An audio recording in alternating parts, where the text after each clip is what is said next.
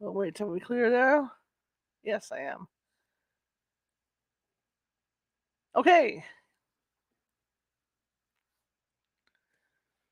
Queuing up. Hey, everybody. Welcome to Sunday Read Day. My name is Charlotte Cosa. I like my last name. My name is Charlotte. I'm going to be your host for the next hour or so. I'm also the owner of the California Haunts Paranormal Investigation Team, based out of sunny Sacramento, California. We are 45 strong up and down the state of California, which means if you have a paranormal problem or you think you might have a paranormal problem, we can help you out. Okay? It might take us a while. California is a big state, but we will help. We will get out there. And normally, what happens is that, thank you for the hearts. I see them. Thank you very much. And normally, what happens is that if we can't get out to you right away because it is a big state, we'll have somebody call you and kind of settle things down until we can. We're broadcasting live over Facebook tonight and YouTube and TikTok. Hello, TikTok. Everybody on TikTok. If you can on TikTok, please show me some love. Show me some love. Double tap that screen. Show me some love. Send me some hearts. I'm hoping for a goal of 4,000 hearts tonight. Can you help me with that? Can you help me with 4,000 hearts? Just tap that screen if you like what you hear today. Okay? I got a couple announcements to make. One of them is that I did teach a psychic development class on protection a couple weeks ago, and I'm going to do a part 2 on that class. And it's already set up over at the California Haunts meetup site. And I'm going to teach you all about different protection stones and how to make really cool stuff like talisman and medicine bags and things like that. So if you want to learn how to protect yourself and protect your family and your pets, come on over, join that class. That's going to be in I believe June 10th is going to be the class. That's one of our announcements. Second announcement is this is a radio show that we do 6 days a week. Every Sunday we read from a paranormal themed book. We do have permission from the author and publisher to read the book online, so there's no issues there. And it's a really good book. Michele Zirkle is the author. She had been on my show previously, and she told me the story, and she, this book's based on what her family went through. So it's starting to get really interesting. We're in day 9 of it, chapter 17. We're going to be starting today, but we do this every Sunday, and you don't have to. I mean, TikTok, you guys can watch, and you guys can kind of put me off to the side, lay on the couch, close your eyes, listen to me read, and then just listen to a real cool story. I have people that listen to me on a regular basis that carry me around the house as they're doing their housework, or maybe when they're doing their work at their job. I got no problem with that because I'm going to be reading anyway. Who the hell wants to sit there and watch somebody read when you can just set them down as like background noise, right? Anyway, if you like what you hear today, please double tap. Please double tap that screen and show me some love. That goes for Facebook and YouTube as well. Give me some thumbs up, give me some hearts, again, and things like that. Because what happens is the more times you tap, or the more times you give me, you show me love and whatnot, it puts us up higher in the algorithm, so we get out to more people. Okay, and that goes for TikTok as well. So if you like what you hear today, the other warning I have for people is this book can get explicit. Okay, and I'm going to skip those parts. I'm going to skim over it. You'll probably hear me say, "And so they got together," et cetera, et cetera. Or like the husband in the book is a police officer, so you might hear me say, he has this case about this kid, and I'll skip over it because I got banned off TikTok a couple weeks ago, and I think it was over that. Okay, so just kind of have that in mind because I don't want to get banned. Okay, I'm doing my best not to get banned here. Anyway, I want to welcome everybody, and we're going to be reading. The book is Reign No Evil, and it's getting really good.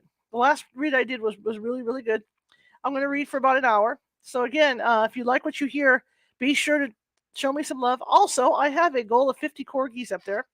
And the reason why I do that is because I've got to pay bills like everybody else. And this is a way for me to keep paying the bills, right? I got to pay internet bills. I got to pay, computer bills, everything else. And so I need help paying my bills. That's just what I do. I'm only here full time.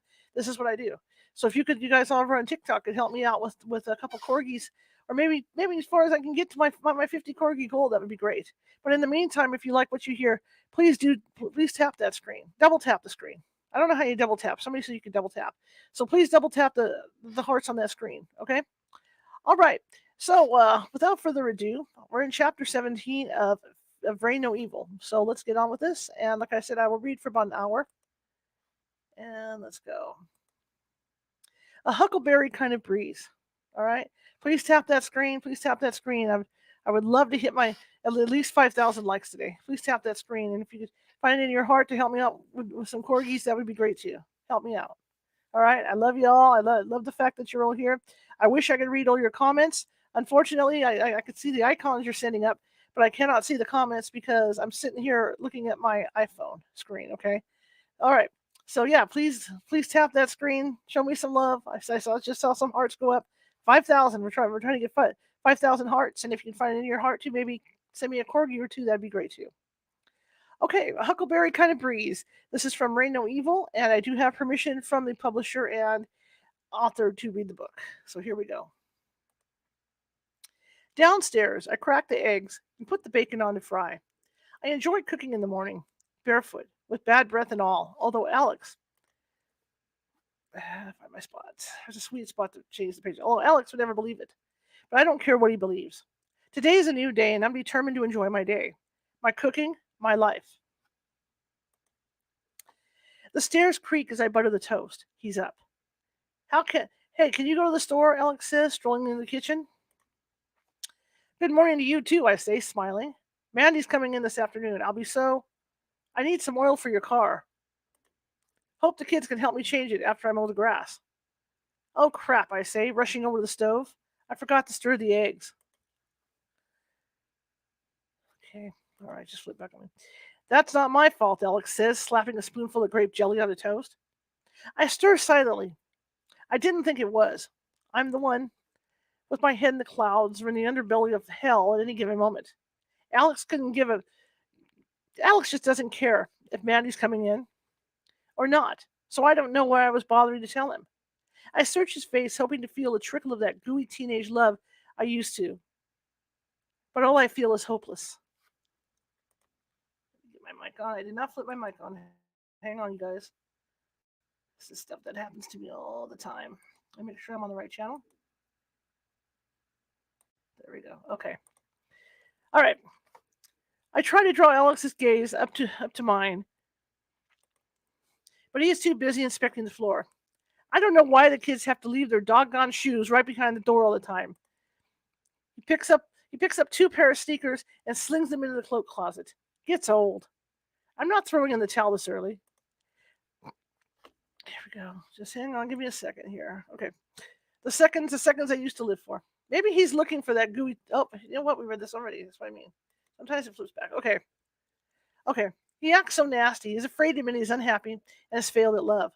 God knows he doesn't know what to do with fear except unleash full-scale war. Tap that screen if you like what you hear, you guys.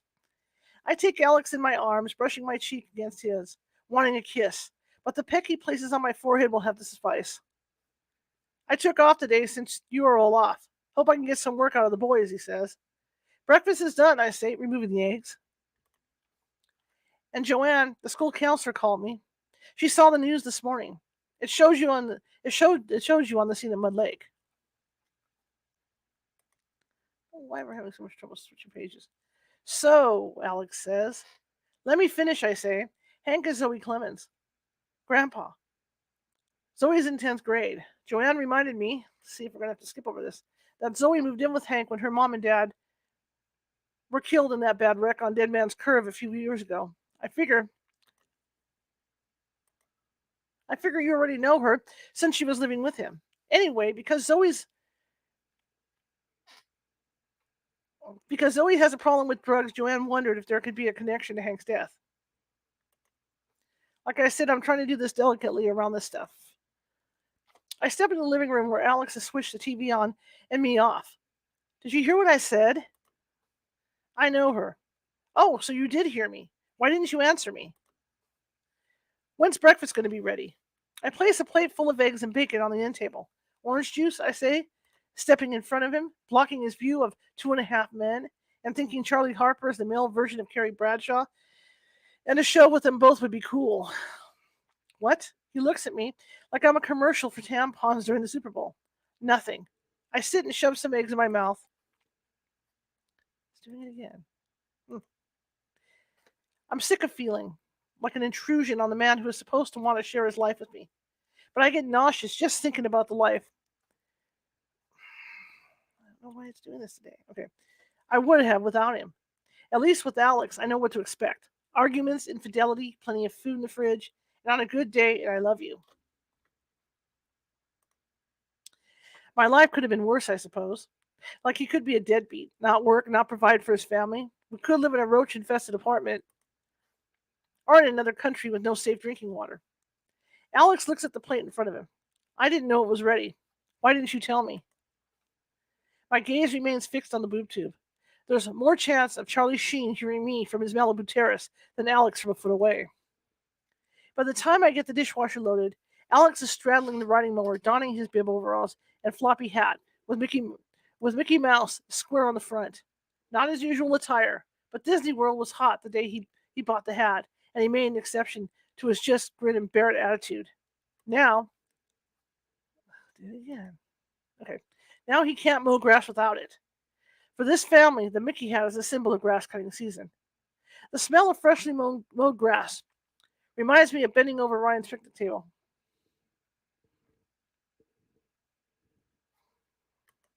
At the park. Okay. I close my eyes. Okay. Until then, I'll ignore the urge to repeat my destructive patterns of men. I don't need a man anyway. God graciously gave me 2 hands. Wow, I'm not going to go there. I finished the silent petition just in time. Round 2 of breakfast is descending the stairs. I plop bread in the toaster and Ryan out of my mind. Morning, stinker butt. Eggs in the pan, I say, tickling the back of Bren's neck. Is Isaac's up? Your dad wants some help changing the oil in the car later. Yeah, but I doubt he will help, Ben says. Alex slings the door open. I need some help out here. You ready, Ben? Ben holds his plate out for the toast I'm buttering. I'm eating. Mom said you need help later. Everything's always later around here, Alex rips off a dozen paper towels and swipes his sweaty head. I need help with the mower. The gear's sticking. Hope Isaac can help, because Cole and I are just chilling today, Ben says, pouring orange juice in the glass. When do I get to chill? Alex grabs the door handle.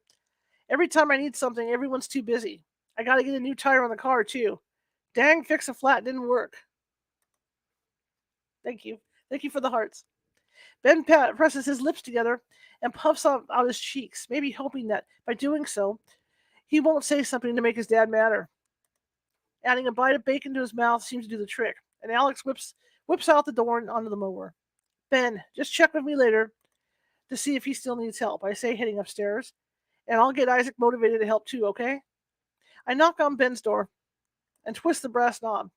Doggone thing always sticks, I mutter, jiggling it till the door opens. Isaac pulls the blue comforter over his head when I flip on the light. Hey, bud, can you help your dad change the oil here in about an hour? He's mowing grass.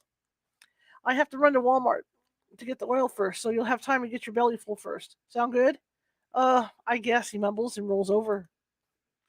Okay then, great. Thanks. Check. I slap some foundation on my face, a ponytail, and a ball cap on my head, and I'm out the door. I grab the oil at Walmart and step it behind a woman with a skirt to her ankles and hair piled high on her head that hasn't been cut or styled in a month of Sundays.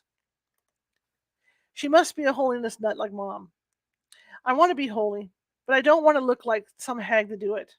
Surely there's a place in the middle of the extremes where God exists. God created beauty in nature, the skies and the flowers. He must love beautiful people as much as the ones who make their features bland like they are ashamed to be attractive. I glance at the front of the line and stop inhaling the oxygen I need. Joe is at the register. Oh, God. I can't stay in this line and take the chance he'll propose another hookup. I don't want to be rude, but I don't want to think he spotted me, so I slide into the longer line to my left and scurry out the door without looking back at my Adonis who's packing plastic bags. When I get home, I hear Alex's booming voice trailing from behind the garage. All I ask is for you to help me for a minute. I slow my stride, wanting to know which kids he's talking to when Isaac shoots around the corner of the garage, eyes full of tears. You told me an hour, right, Mom? Dad's yelling at me because I wasn't out here soon enough. I try to talk and realize I'm holding my breath. I don't know why I keep holding it, unless I think that if I don't breathe, then I'll not really be here. Yes, honey, I did say an hour. I wrap my arms around my baby's rigid shoulders. Sorry, I'll talk to your dad. Just go on in the house and calm down. I shuffle to the garage where my car is jacked up around my baby's rigid. I'm sorry. I forgot. Okay. Dingy, where my car is jacked up. Dingy, white tennis shoes with paint and oil. Stains are protruding from under the Buick. Alex slides out in faded bibs, his eyes oozing disgust that penetrates my resolve to be collected. Your boy. He's not worth a nickel, he says. My wits swim for a peaceful response. Okay, listen. I told him you needed help in about an hour because you had to finish mowing and I had to go too. I couldn't get the mower working, so I couldn't finish the grass. Okay? Alex's cell rings, and he swipes the screen. Darn it, it's Stranahan. I sit the bags of oil on the concrete. Guess part of my life's mission is to be the peacekeeper, to be smack dab in the middle where I always am. In the middle. If you like what you're hearing, tap that screen, double tap that screen. When Alex slides his cell back in his pocket, I say, I'm sorry, the mower's broken. But how was I supposed to know that? It's not Isaac's fault, and it's definitely not mine. You don't need to take it out on us. You still need help? Never mind, easier to do it myself, he says, disappearing with a push of his foot. I'm shaking as I wander toward the house. Why can't Alex just be reasonable? I know this whole situation isn't my fault, but I feel like I've done something wrong. I try to understand everyone's point of view and why they feel how they feel. Sometimes I wield the finesse to convince the boys and Alex to consider others' feelings. But today, my efforts failed. My cell vibrates with a call from Ryan, but I ignore it and walk inside to find Isaac. My boys must take precedence over my booty call. Isaac is on the couch watching his favorite cartoon, Ed, Ed, and Eddie. I tiptoe across the hardwood floor to my recliner. Your dad's aggravated because the mower broke. He just gets like that sometimes, you know. Isaac's face is red. He's been crying. I know you like to help, and I know you're a hard worker. You can wash my car this week and I'll pay you, okay? Sure, Mom, I'll wash it. Dad just makes me so mad. I don't understand him sometimes either, babe, but he loves you. The boys are in their critical years of learning what it means to be a man in this world, what it means to be a father, and I don't want them treating the women in their lives like Alex does me.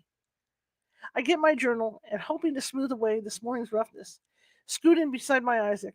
As I, as I kept silent company with him, I write about our guy in black. I hide my journal under the phone book and head to the laundry room, the perfect hideout, to call Ryan covertly. I throw towels in the dryer for the noise. Hey, what you into? I asked, doubting he's been dealing with the crap I have. I'm at Natalie's soccer game. She wants to switch days with her mom, so that means that I'll have her tonight. But tomorrow night I'm free. You want to hook up? I have a work thing. I say, leaning against the warm dryer, not believing I'm actually declining. Maybe later in the week. Hope so.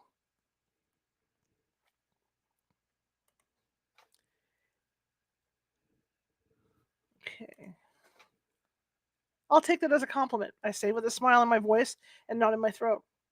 Way to go. Natalie just got a goal. Talk to you later. I slump into a pile of laundry and into a ball. I stopped seeing Ryan over a year ago, when his text became brief with no feelings of urgency to see me. But now that I've regained his attention, I realize I'm jealous of the girlfriend that he's parading around in public. I'm just I'm just jealous. A commotion bids me to the kitchen. Ben is high-fiving Cole, who says he's ready to max out on the bench today. As they rush out to pump iron, I tell Isaac, who's still brooding on the couch, to round up a neighbor boy and find a tree to climb. The porch draws me outside like a hummingbird drawn to a red sugary drink that dangles from it. Seems I'm usually sweeping the porch rather than sitting on it, but today I plop in the Adirondack, guilt from my last romp with Ryan swelling inside me, begging to be released. I gorge on memories of Ryan's touch. I'd like to scrub my mind to wash away the innocuous mixture of sensations, desires, and deceit. But the misery and the pleasure is a paradigm I can't seem to part with. A horn hawks me back to the moment.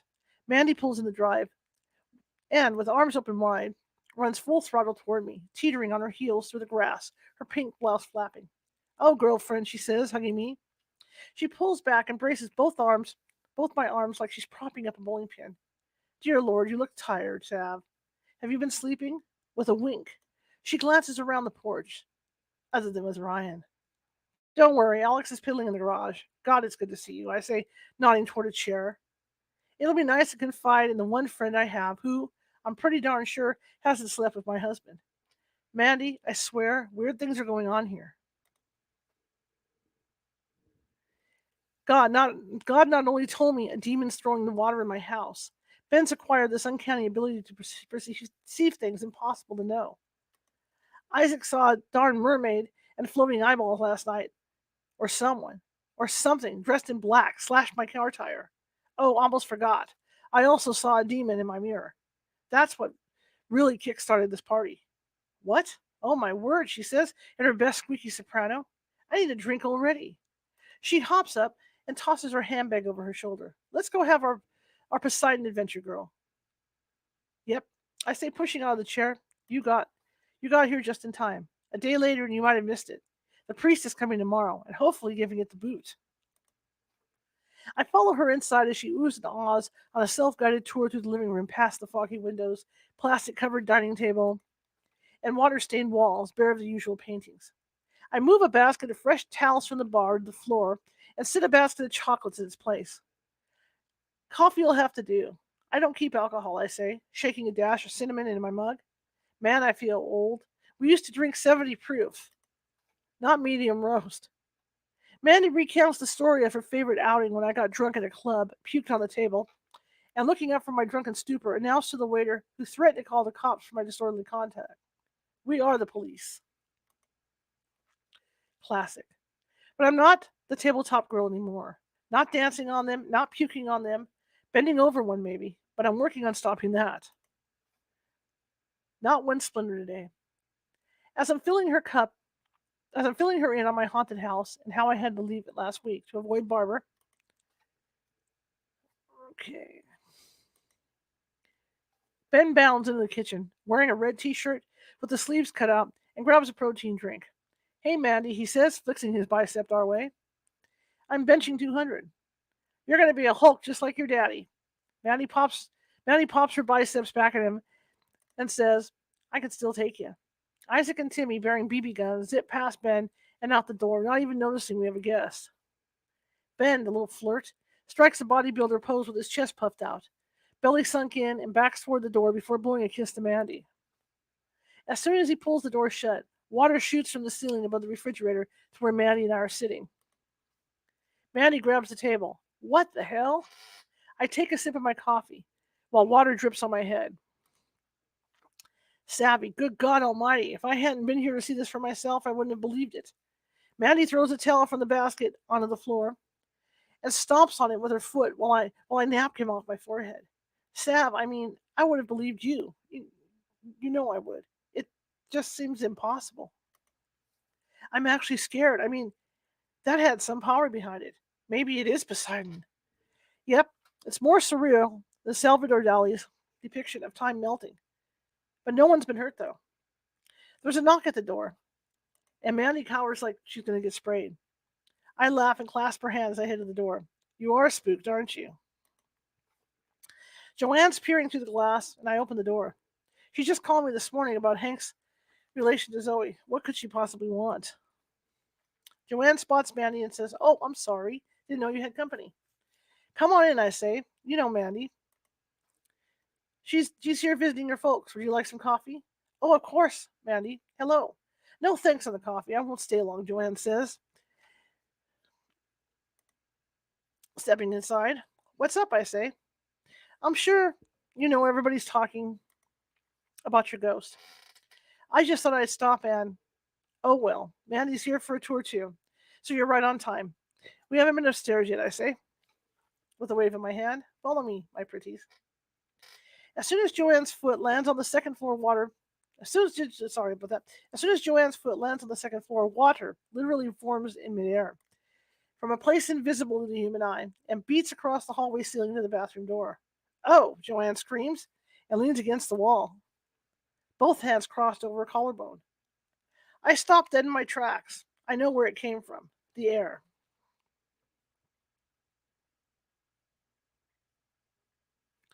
I cast a look at Mandy, who looks like Lot's wife who has just turned into salt. I look back toward the space where I just saw the water form. And I stare, as if just focusing will make it manifest again. You guys see that? I say, holding my gaze. Oh my, Savannah, Joanne says. Sure did. How? Heck if I know, Maddie says, swooping her arms through the air until her hands meet, then extending them toward the ceiling. It was like an invisible water balloon crashed into the ceiling. I strummed my fingers on my head, trying to convince myself I'm actually conscious. That's the first time I actually saw where it's coming from, I say. We thought it was coming from the ceiling. Hell, it's coming from the air. The air. Joanne mumbles something about needing to get going and gropes the handrail on her quickly set that leads her to the kitchen and out the door in what seemed like one long stride. With Joanne gone, Manny and I plop on the couch. Savvy, Manny says. If the priest gig doesn't work, there's a lady I know who might be able to help you. I've been going to her for a few months for energy work, but I just found out yesterday that she clears houses too. What do you mean energy work? I ask. She's a spiritual healer. She lays her hands on me and balances my chakras. Chakras are, I know this one, wheels of energy. I've been reading about them, I say, realizing I just interrupted her like Alex does me. Sorry for interrupting. Go ahead. Her name is Jen, and she's sort of a spiritual counselor. What's she counseling you about? I search my dear friend's face for signs I've intruded with a question, but she doesn't hesitate to answer. Jen's helping me to heal from the abuse Frank dealt out. She's teaching me to speak up and live my truth without fear. Manny's ex-husband would lock her in the master bath all night for not having his shirts pressed to his satisfaction, and he'd do other things during his drunken rages. But it took a tumble down the stairs, and the results from that to have her courage to leave, give her courage to leave him. I hope I don't need that degree of encouragement to leave Alex. That is, if I leave. Sounds like I need to see her, even if Father can get this spirit to leave. Maybe this Jen can help me with my relationship with Alex, I say. Where's her office? Jen's about an hour away in Bloomingdale, and she can help you with just about anything. Check out her website, Maddie says, clicking away on her cell. I'm texting you her name and website. Let me know what your holy man says tomorrow, Maddie says, heading for the door. I hug Manny goodbye and settle into my living room chair, watching Timmy and Isaac in the backyard pinging the cardboard target with each shot of the BB gun. Sav, Alex says, the scent of cologne trailing behind him as he walks through the living room. I'm going to the office to finish up some paperwork. Probably be about an hour. Okay, I say, wondering who he's going to see. The refrigerator door opens and shuts, and he is gone, leaving me alone with my thoughts. Thoughts of how I can expand my world to include the love I want. Manny says Jen can help me live my truth. Truth. I don't even know what that is. But if Jen can tap me into it, then I'm willing to let her lay her hands on me, even if the idea of it makes me queasy.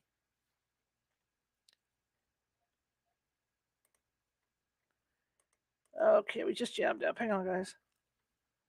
Oh, this is not the first time this has happened. Oh, this is not going to be a good day, is it? Okay, there we go. Delaying. I don't even know what. Okay, let me get back. Yeah, I just saw it, and let's bring it back up. Okay. Okay. Of how I can expand to include the love I want, man. You said I'm truth. Okay, truth. Laying on the hand. See, we're stuck right here. Hang on, guys. I hate when this happens. It happened last week, too, so let me. There we go. Okay, can we do this? I see it right here. So, okay. Come on. Why are we stuck? Move this way. Come on. Okay, so hang on. Hang on. I have to get going, and it got stuck, so I have to get back. Yeah, hang on. Sorry about this, you guys. I'm trying to. It jumped on me.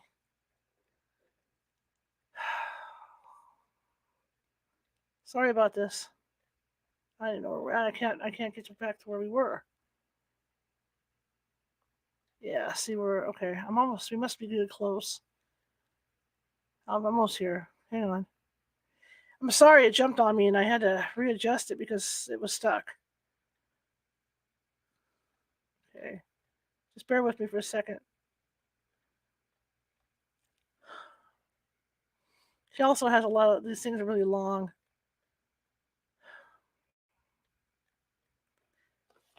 Oh man. Okay, hang on. Don't go anywhere, guys. I'm trying to figure out where the hell this goes here. It should be up here. Let's see.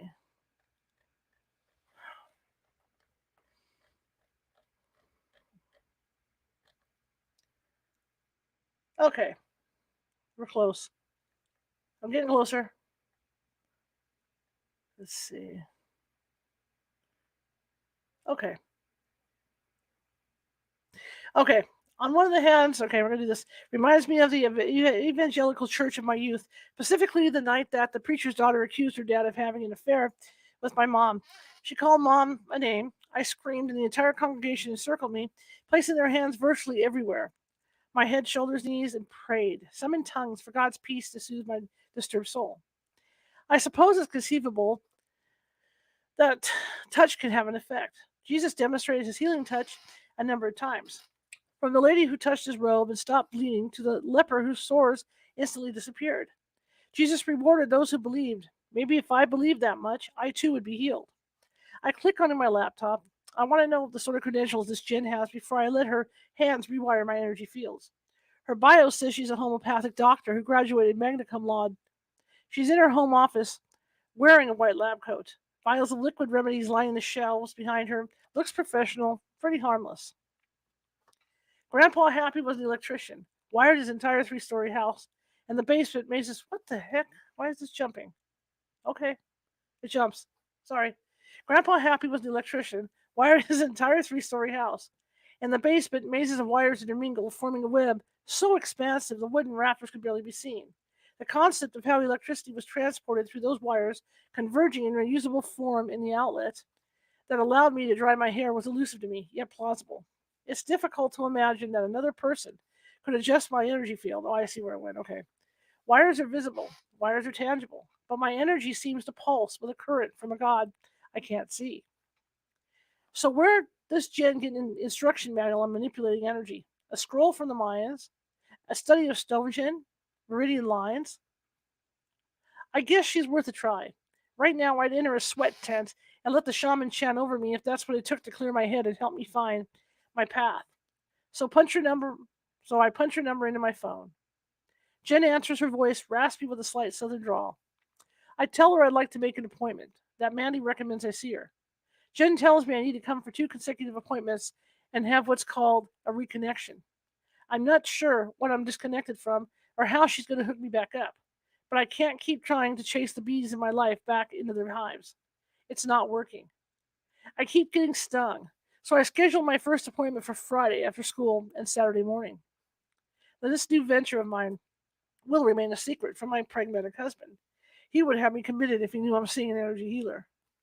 Besides, it's no more imperative a secret than the others I'm keeping. A few appointments with the spirited guru should be easy to pull off without him knowing. I'm on the run so much, Alex doesn't know where I am most of the time anyway. And as far as the $333 it costs for this reconnection, it'll be worth my handbag allowance for the month if it can connect me to happiness. By the time the pop of the BB gun fire ceases, Alex is back and settled at the bar with his laptop. Ben stomps in asking when dinner will be ready. I pull my standard 20 minutes. Get a snack to tide you over. Having no idea what was going inside doesn't stop me from confidently pushing the oven's bake button to 425. That should expedite the process a bit. I reach for a stoneware baking dish. With stoneware, you practically can't burn anything even if you try. Foil over frozen chicken breasts, baked beans in a pan, cinnamon sprinkles on applesauce, and viola. The only color missing is green, and I can live with that. I'm enjoying the quietly amusing silence when a blue thunderbird pulls into the back, and an elderly lady staggers out. Bracing myself against the garage, she limps towards the side door. This one's got to be for Alex. Honey, I say, there's a woman at the door for you.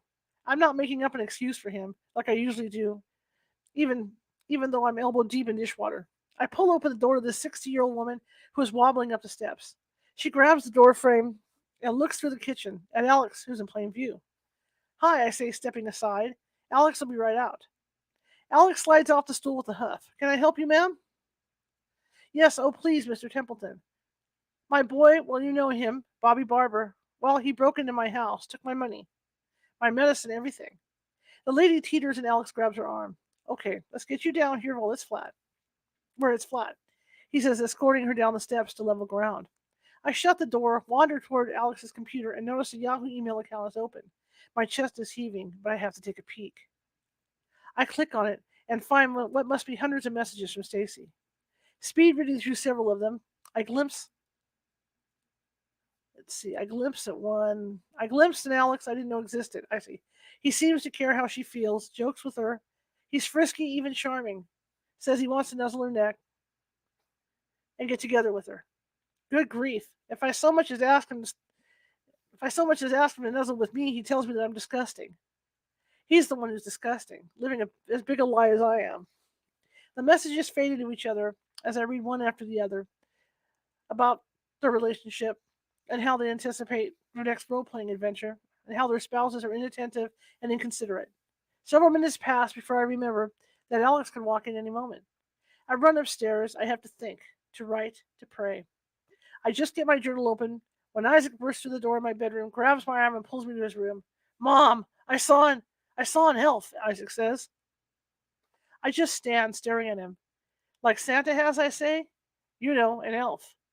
He straightens his hand and brings it at hip level. He was this tall. Okay, sweetie. It's too tiny to hurt you, I say, commending myself on the snappy comeback. I'm getting damn good at this job as border patrol between two worlds. You can watch TV in the basement with Ben, I say, walking toward my room. I'm going to lie down. I got a headache. 10 minutes later, I decide my headache will go away if I get out of the house for a bit. So I grab my keys, tell Alex dinner's in the oven, and head to the Mudsock Library. I'm at the front desk checking out a book from Oprah's list that I've wanted to read since hearing the preacher on TV talk about the power of our thoughts, but I notice a finely chiseled jaw arched over a laptop at a nook in the back. The biceps are beefy.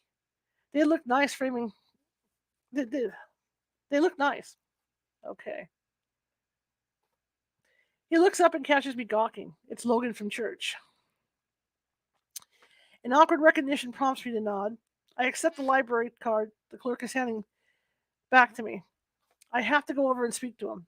It would be rude not to. This is a public place, plenty of people around. I'm not doing anything wrong. Just going to be friendly. I tuck my newly rented position, the secret, under my arm. Don't want him to think I'm into some sort of occultism. As I advance toward him, Logan's cool blue eyes greet me, his wavy brown hair partially concealing one of them. The tight green t-shirt complements his dusting of a tan and showcases his ripped abs. He calls up before I reach his table. Hey, Savvy, how you been? I clasp my newest read closer to my chest. Busy, but I did make it to church Sunday. Didn't see you there, I say, dipping my chin playfully toward my shoulder. I can tell that having platonic conversations with men is going to be a challenge for me, but surely I can figure out how to talk to a good-looking guy without an undercurrent of sex dominating my every thought. I just wasn't up to it, Logan says, flipping his open book cover on the table and leaning back. Heard you have some sort of spirit in your house. That true? Perfect. This topic will help me stay focused on God. I pull up a chair, joining him at the table that sits for. I had a revelation that there is. We have water spraying all over the house and can't figure out where it's coming from. Logan's forehead is wrinkled with awe. His eyes are focused intently on my lips, and I find it difficult to concentrate. Wow, is it still there? Father Nick's coming to bless the house in the morning. You called a priest? What did Pastor Todd say? I chuckle. He advised me to call a priest. Logan's Adam's apple rises and falls with his laugh. Truly amazing story you have, he says. There's so much we don't understand, like this book I'm reading. He taps the hardcover. I know angels were here to protect us, but I didn't know they made phone calls and arranged clandestine meetings. The emerald cover of his book looks familiar. I lean over, reading the title aloud, Angels on Assignment. Oh, I've read that. I caress the embossed letters. I was amazed to learn they have specific duties. I'm usually reading at least 3 books at a time. Can't stay focused on just one, but I did that one. Logan's nodding, his bangs flopping against his temple. I restrain my urge to brush them from his forehead. I remind myself I'm not doing anything wrong. A conversation in public about angels is not sinful. I'll ask about his wife, keeping things on the up and up. Did Carrie get her dad's estate finished? Logan's gaze goes to the window. He seems to be trying to read the title of a book in a library a state away. She moved out a month ago. She's been different since her dad died. Says life's too short to be miserable. I fold my hands and rely on Logan's book. I'm so sorry, Logan. He places his warm hand on mine. It's okay. Things between us have been bad for quite some time now. His voice is smooth, velvety. I imagine him whispering sweet things into my ear, his warm breath on my neck. I need to stop this now. I feel like I'm nearing the top of a hill on a roller coaster. As soon as I reach the pinnacle, I'm heading straight down to the Hellfire and Brimstone Aquarium, the one I keep hearing about from Pastor Todd, who must be petrified of it himself. If he wasn't, would have at least come to my house and said a prayer. He would have at least, come to my house. I'm certain that God exists and hears our prayers, I say, standing. Logan rises as well. I guess next time I see you, will be at Luce's wedding, he says. Luce's wedding? Oh, I say, so you're going? He winks at me. I hope so. I'm a groomsman. Been friends with Jack since high school. Luce probably told me. I say, knowing that. If she had, I would have remembered that nugget. But between my house and the threats from a madman, I've been a little preoccupied. I lean on the chair and make a sideways funny face. Logan crosses his eyes. Yeah, not everyone has the caliber of excuses you do. Did you say a madman threatened you? Yeah, a criminal. A criminal Alex had arrested numerous times, had it out for him, threatened to harm me and the boys, even had pictures of us. Wow, I bet Alex was mad. You get him? Oh, yeah, but he's out already. Our efficacious just judicial system for you, I say. So the wedding then. I'm the matron of honor. Guess that means you get out of escorting me down the aisle. Logan cups his hand around my tricep. I can think of worse duties than having you lean on my arm. Oh, good Lord. If I didn't leave now, well, yeah. So, I got out of there. I glance at my watch. Gotta run. Nice seeing you. Hey, I know you like to read, Logan says. Book club meets here every Wednesday at 6. Next one's tomorrow night. Maybe you can come? Maybe, I say, clutching the book that I can help me attract some I hope can help me attract some balance in my life. Chapter 18. Hey, if you guys like what you hear, please double tap the screen. Please double tap the screen. Show me some love. Show me some hearts. If you like what you hear from this book, same thing for Facebook and YouTube. Send me some thumbs up and hearts and smileys and things like that. Yeah. So if you like what you hear, keep showing me hearts. Keep tapping the screen. Keep tapping the screen. We do this every Sunday, and here we go. Blue Goose Pond Blues. For you guys on TikTok, keep tapping that screen. Keep tapping that screen. I'm trying to reach a goal of 5,000 hearts. 5,000 hearts. I'm back home eating the last chicken breast left in the pan when Alex announces we're going fishing. I grab my favorite fishing necessity, my book, and climb into the truck with my man crew. Blue Goose Pond is my preferred fishing place because it's calm, but Alex drives to the Ridgeland Levee. We pack the chairs, poles, and tackle boxes to the dock where I saved the drowning girl, Maddie. I read while the boys fish. The secret is as esoteric as the title implies and holds my attention for several chapters before I take a break and watch the river traffic. It's too early in the spring for skiers, but a few pontoon boats are out. Isaac snags his line before Ben has his hook baited. A few minutes later, Ben makes the first catch and Alex announces the competition is on. My men talk about baseball team picks and athletes that I've never heard about, and about the best location behind Keegan's to place a tree stand for hunting season this fall, and why Smith & Wesson makes the best quality gun on the market. I soak in the banter. We do love each other. Sometimes, though, love isn't enough, and as much as I wish I could make this moment last forever, I know I can't. Waves from a coal barge lap the shore, and the mew from the misplaced seagulls distracts me from the soaking in the good vibes of this family time. I feel sorry for the seagulls having to spend their lives flapping above the river instead of gliding above the exquisite ocean. All probably due to a storm blowing them, of course. If they were migratory birds, they could navigate to the pristine Atlantic where they belong, but they're stuck here like me because they can't find their way home. I know where my house is, but my house remains elusive. It's not just the water and weird stuff that makes me feel out of place. I used to think home was anywhere Alex was, but now I know his presence only rarely fits me like a glove. Once I would have moved to the other side of the world to be with him, but now I know I'm growing out of him just like I grew out of my genes when I was pregnant. I feel like I'm going to give birth to something, but I'm not quite sure what. The full moon is visible even as the sun is setting. I collapse further into the cloth chair while the sun sinks into the red horizon, feeling infinitesimal in this expansive universe. If I could just see me from Pluto, I would appear smaller than a grain of sand does to me. Yet I feel larger than the universe and connected to a source of power with no identifiable origin. Maybe I am home just being on Earth. I remember how close the moon appeared when we arrived at Hilton Head Island at 3 a.m. last summer. The sky void of a single light, other than the full moon, that hung low like a crystal ball ready for my hands to wrap around. Had I been able to read the moon and had it foretold the mysterious events of the past weeks, I wouldn't have believed my oracle in the sky. I remember how much I had wanted Alex to kiss me under that magnificent moon. But when I slid my hand into his and stood on tiptoe for one, he just looked down and said, "Do you have to force it?" Then I let my heels sink into the wet sand, and my hopes for romance with Alex float out with the tide. I bet he wouldn't need prodding to kiss the textbook queen. Maybe a vacation could help me relax and reconnect with Alex. Mom had escummed away with the preacher by the time I turned 12, and I can't recall a single vacation that Mom, Dad, Luce, and me took as a family. I only remember a few church picnics where Mom was probably even then pressed between the preacher and an old oak tree. But my boys will have a broader perception of the world than I did, even if it's only as deep as the Grand Canyon. That's broader than most of the students I work with, many of whom haven't ventured further than the county line and don't realize that Mudsock Heights is in Ohio, not West Virginia. Alex drags his chair close to mine, giving Isaac the task of watching his bopper.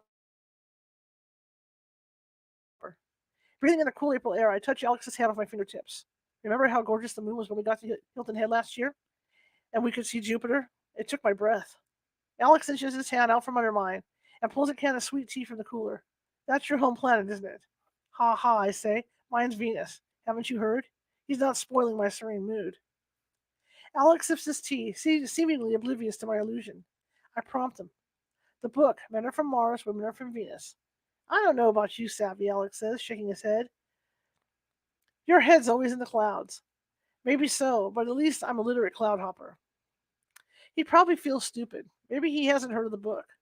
I wish I could mention a nice memory with Alex saying something crass, without Alex saying something crass. I bet Logan's heard of the book, probably even read it. I stare at the water where I first saw the angel girl's hair and imagine Logan's hand on mine atop the library table. I stare until the image of Logan disappears. I have to stay focused on this moment with my family, the only moment I'm guaranteed to ever have. How about Maine for vacation this year, I ask? Kennebec Valley for a moose expedition, or Tennessee with a pontoon and a cabin?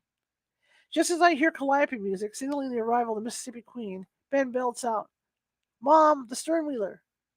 Alex spits sunflower seeds out of his mouth. "Stop yelling, trying to fish here." I wrinkle my nose and nod to Ben as I aim my sail toward the river, capturing the passing ship with people on board waving like dandelions in the breeze. As the familiar music drifts ashore, I'm taken back to childhood. Grandpa Happy is pulling out his Polaroid one-shot and yelling, "Who's going?" He grabs his keys from the hook and scampers out the door to a car full of whichever neighborhood kids happen to be visiting. Grandpa Happy never missed snapping a picture of the grand vessel, no matter that he already had hundreds. Since the boys were toddlers, I'd pack them with me on a dead run to the river. On the way, I'd describe how I'd inherited Grandpa's infatuation for the Iron Giant playing the unique jingle. I watched the four-story high party ship pass. It's more than a floating hotel. It's an American icon that looks like it floated out of a Mark Twain novel. The movement makes me feel unstuck. As I watch the contraption carrying souls from one place to another, I daydream of foreign lands flooded with people and creatures I've never met. You're going to have to let me know when to put in for a vacation, Alex says. Got to do it soon. Gilmore's already scheduled his for the last week in June. I thought we'd decide on the destination first, I say, watching the boys who've propped their poles and gravitated towards the cooler. Remember when we went to Key West and the hotel clerk told us not to throw rocks at the roosters, Ben says, mouthful of with a mouthful of little Debbie cake? I thought he was on crack. How could I forget that, I say? It was 4 in the morning and thought I was just tired and delusional until you looked at me and whispered, "Did she just say rooster?" "Why'd she tell you that?" Isaac asked. Roosters are endangered in Key West, Alex says. Yes, your mother was so busy thinking about roosters that she forgot to get her credit card back from the clerk when she checked in. He kept it and attempted to order a few $1,000s worth of clothes online. I kind of remember that, Isaac says, staring at Alex. Did he get in trouble? The clerk's shift was over by the time we found out, but we filed a report, and the police officer went to his apartment to question him. The guy wasn't home. But get this. While the officer's still at the dude's apartment, he gets a call from another policeman needing to help with the DUI. Alex motions toward Isaac's disappearing bobber. Guess who the DUI was?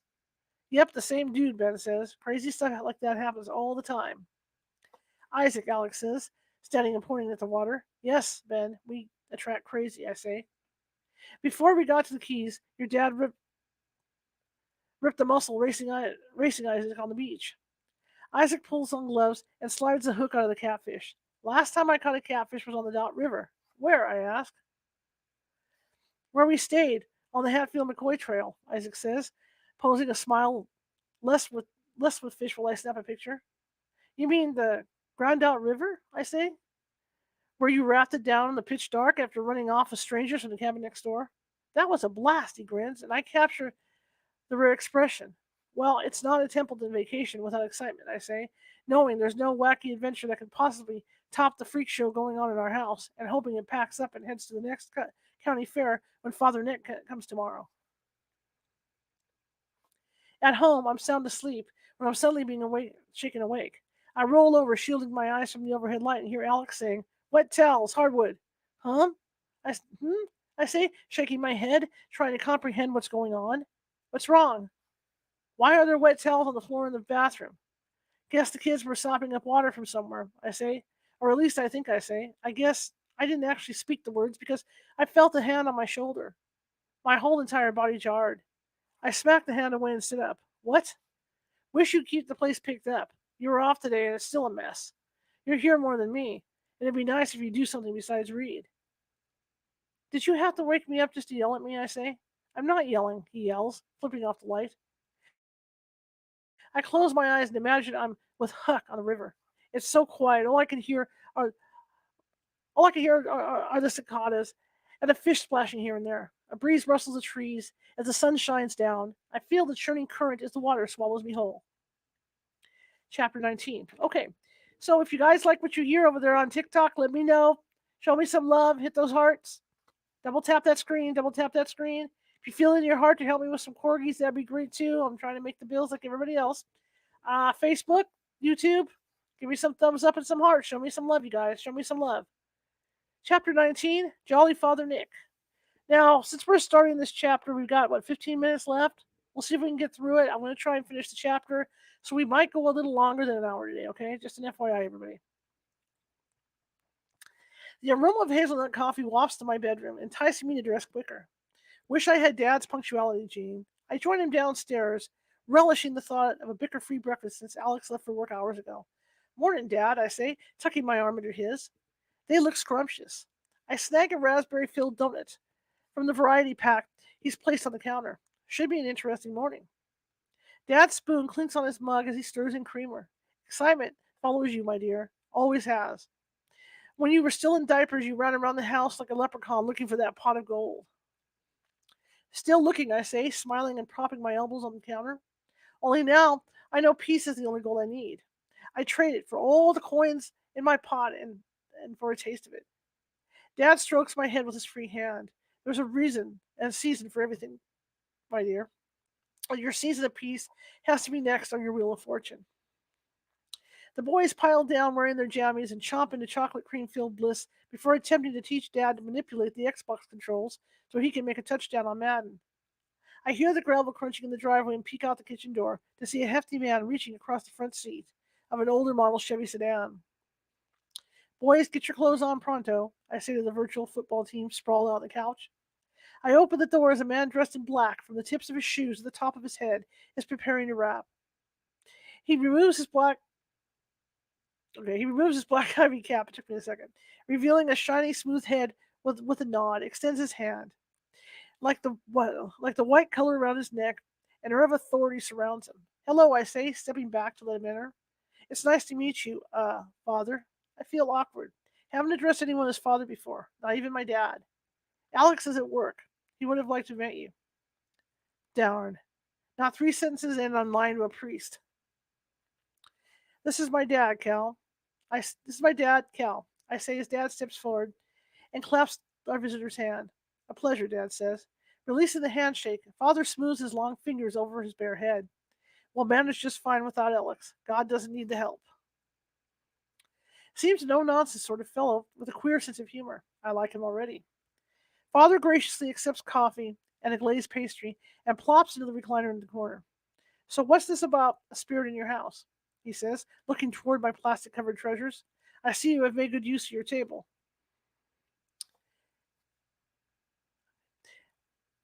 Dad sits on the sofa opposite me and nods to me to do the honors of initiating our holy guest. It started over a week ago with one drop of water in the hall upstairs. Ever since then, it's been spraying all over the house. None of the repairmen, and we've had tons of them, can find a leak. So I was praying, and God told me it's a spirit. At first, we thought water was spraying out from the ceiling. But yesterday, I saw it splatter from the air, like an invisible water balloon. And Isaac's seen freaky things like a girl float through the room, handprints in his wall. Dad's eyes look like full moons over his coffee cup, and I realize I may have forgotten to share a few of the goblin tales with him. But I continue. A demon with horns, a floating eyeball, and a black figure Isaac says I walk through. Even our tires are being busted by a man dressed in black. Father Nick stops me with a wave of his hand. Tires on your vehicles? After everything I've told him, he's asking about tires? Yes, tires. Oh, and every time Ben flushes the commode down here, I say, pointing towards the half bath, water from it hits the ceiling like a gusher. I need to slow down and let Father process the details I'm lobbing at him, but my mind's in the last lap of the Kentucky Derby. No bridle can slow it down. I even saw a demon in my mirror. If that doesn't persuade him that there's evil in this house, I don't know what will. Father swallows hard on the donut and studies his long fingers that are rubbing the leather arm of the recliner as if massaging it helps him understand our predicament. His face is stoic. Good. He's not dismissing the possibility of an evil presence. Sounds like you may have more than one visitor here. Like I told you on the phone, often a restless spirit is responsible for paranormal activity, like what you have described with the water. But these other apparitions, well, I haven't had experience with, you say a floating eyeball? Father chuckles like Jolly St. Nick. That worse than seeing the whole creature? Exactly what I thought when Isaac told me, I say. We both have an odd sense of humor. Maybe it's a sign he's divinely appointed to liberate my house. What's the difference between a restless spirit and a ghost? There's not, Father says. They're both the manifestations of a dead person's spirit in the physical realm.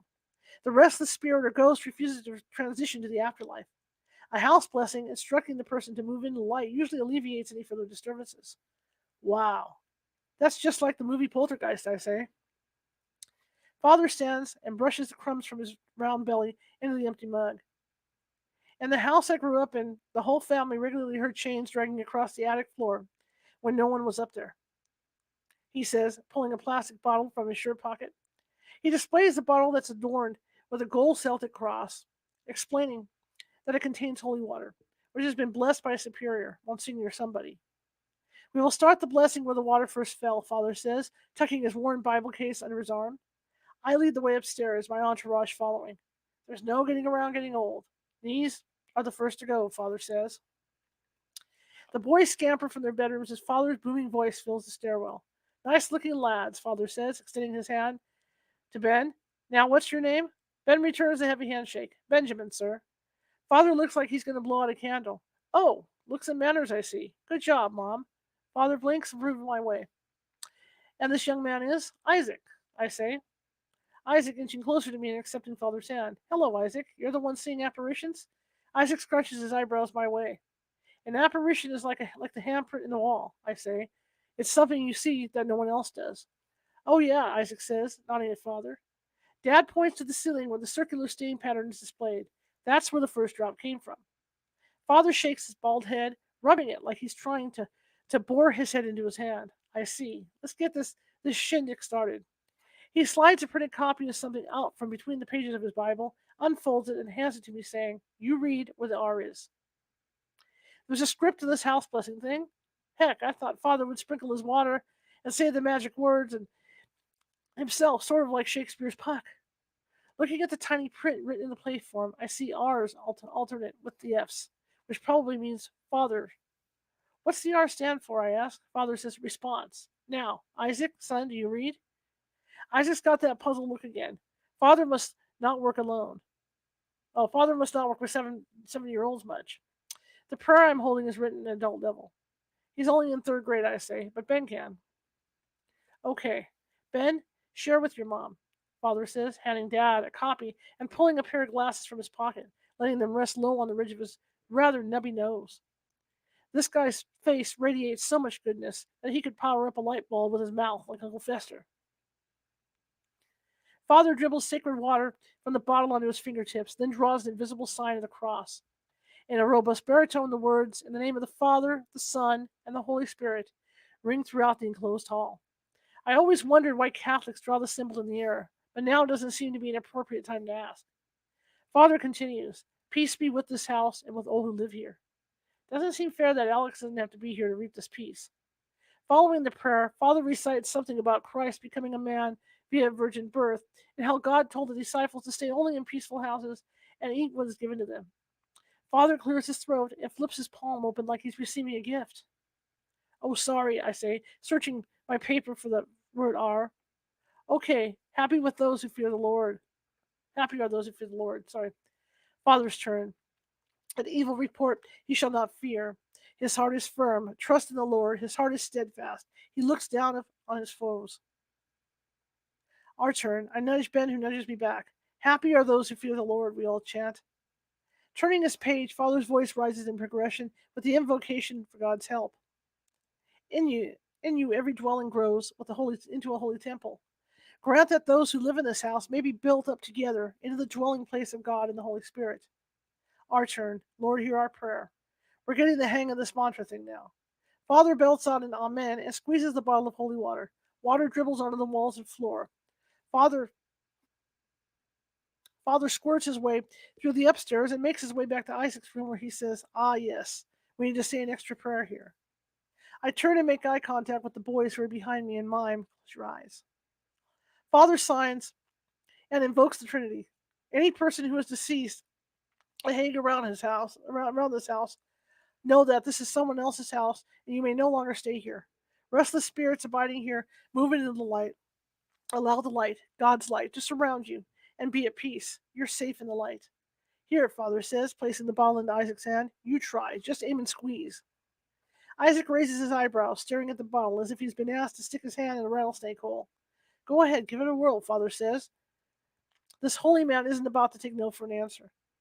Pointing the spot toward his trophy shelf, where the Mickey Globe used to sit, Isaac squirts the holy water into his awards and aims toward the TV. I snatch the bottle. "Not the TV, bud," I say. "It's holy, but it's still water. Water and the TVs don't mix." The words are barely out of my mouth when I realize we're using water to ward off water. Wouldn't that be like fighting fire with fire? How does that work? Is the holy water positively charged and the evil water negatively charged? Father slips his glasses into his shirt pocket. "Isaac," he says, "whenever you see something that shouldn't be in here, say a prayer and squirt away. When I finish here, I'll leave this bottle with you, and if you need a refill, well, there's plenty where that came from." After the prayer envoy travels through the first story of the basement with Father while leading the way, praying and squirting, he plants his cap atop his head and suggests that he bless the perimeter of the house, since there may be unwanted spirits roaming the grounds. We all follow out single file behind Father Nick, who surveys the yard and walks to the spot by the driveway where the trash cans and a creature in black had sat last night. "In the name of the Father, and of the Son, and of the Holy Spirit," Father says, signing the cross, the sleeves of his black shirt snapping in the brisk wind. Stepping unsteadily forward on the yard that's bumpy with mole mounds, he walks under 2 elm trees while slinging blessed water and praying into the wind. I hobble behind him with my foot that's still sore from the gun that landed on it, and hope we will be done before the dark clouds approaching from the west unleash a torrent. Ben and Isaac are looking toward the house, probably hoping the passers-by won't see their faces. Rumors are being substantiated with each second we are out here, that's for sure. At the edge of the yard, bordering the main road, Father faces the wind. 2 teenage bicyclists twist their necks to watch our holy man's ritual. One steers into the middle guardrail and topples over. The wind chimes are clinking, providing a background cantata, and I'm reminded to be grateful for the change that I pray to my dear departed grandma is coming.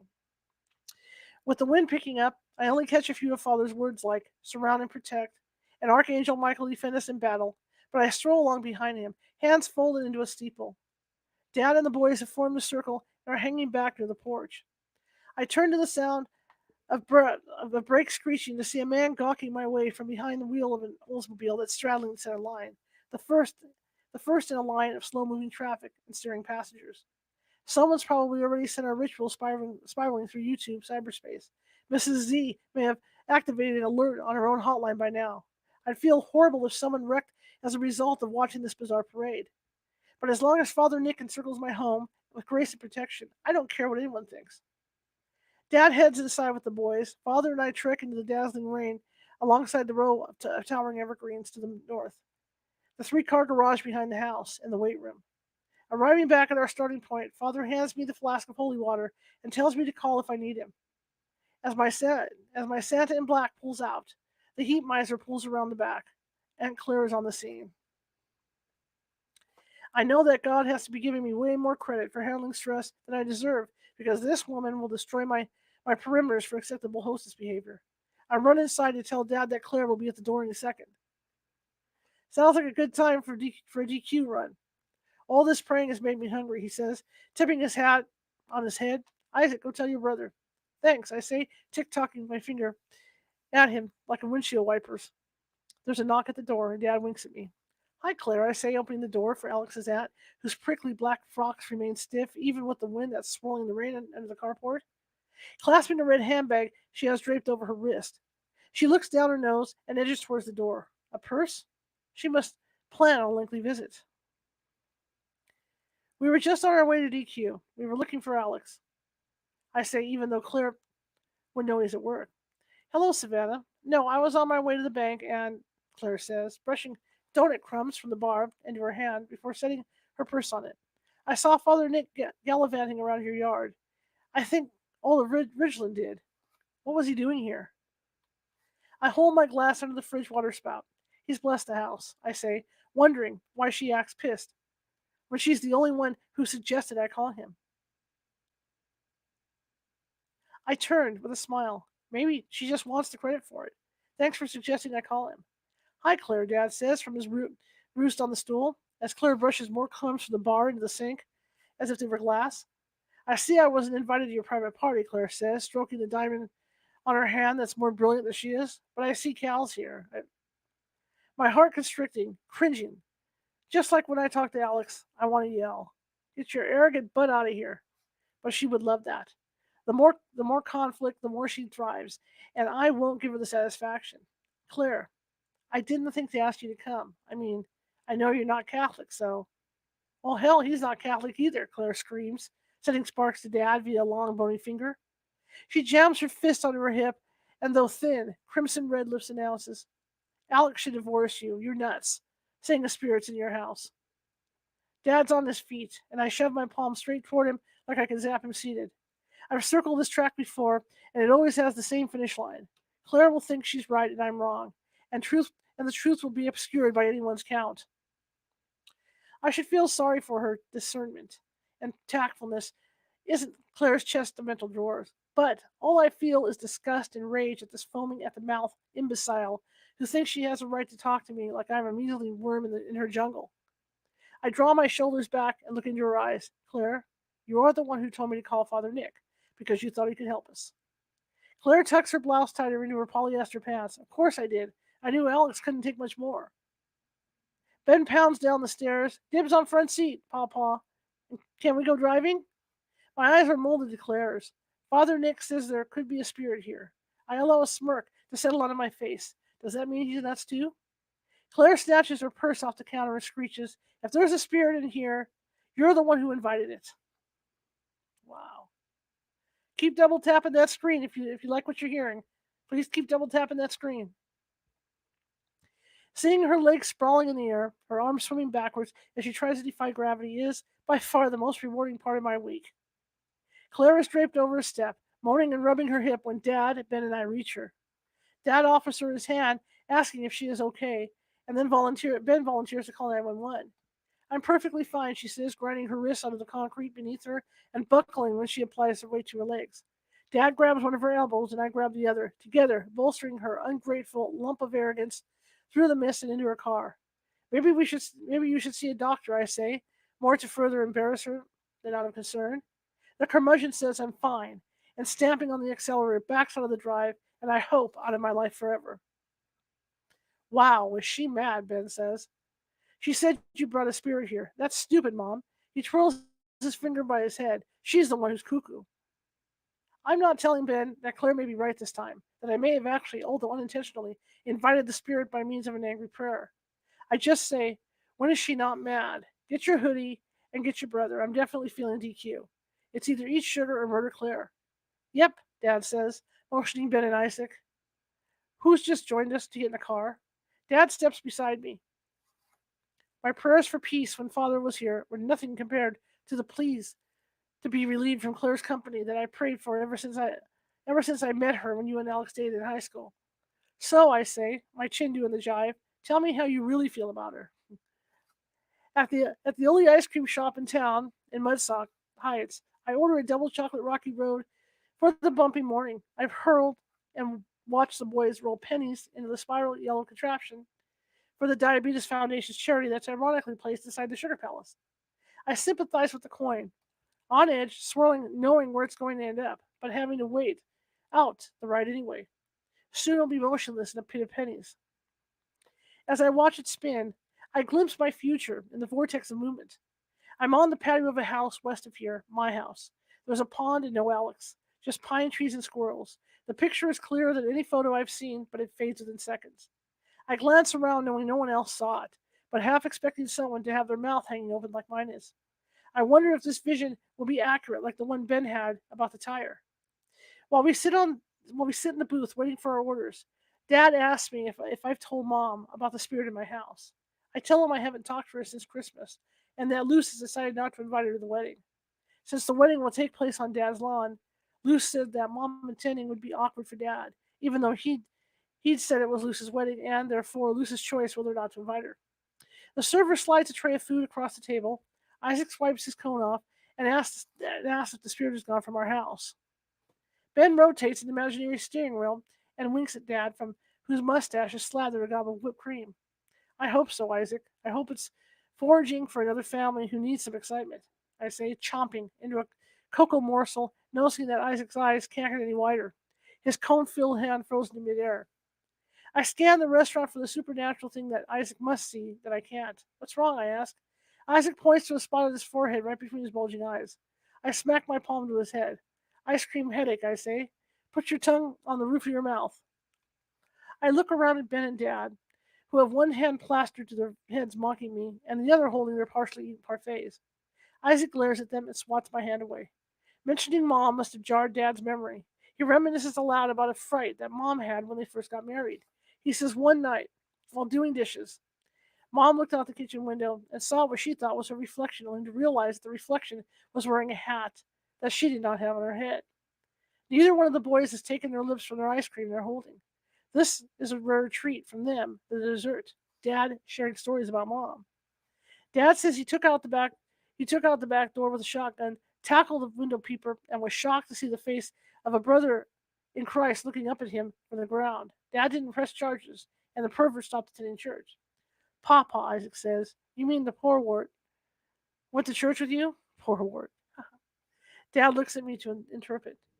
Yes, I, I say, chasing my ice cream with coffee, hot and cold, just like Alex and me. Dad sticks a peanut onto Isaac's nub of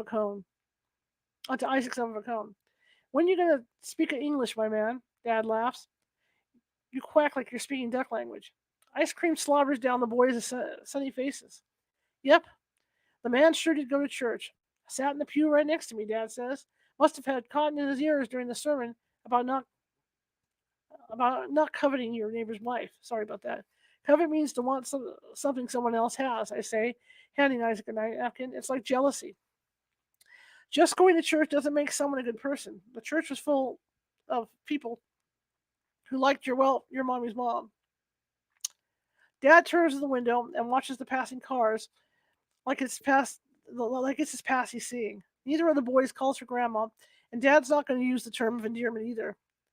They don't know Mom ran off with the preacher soon after that, and they aren't going to find out from me today. I'll need more than ice cream for that conversation. That'll call for gin and a special package from that maroon car that frequents Reginald's levee. The fact that church folks are human and often unethical, creepy, and wicked doesn't bother me so much as does knowing that I'm living a lie, being just as hypocritical of those members of the congregation that I abhor.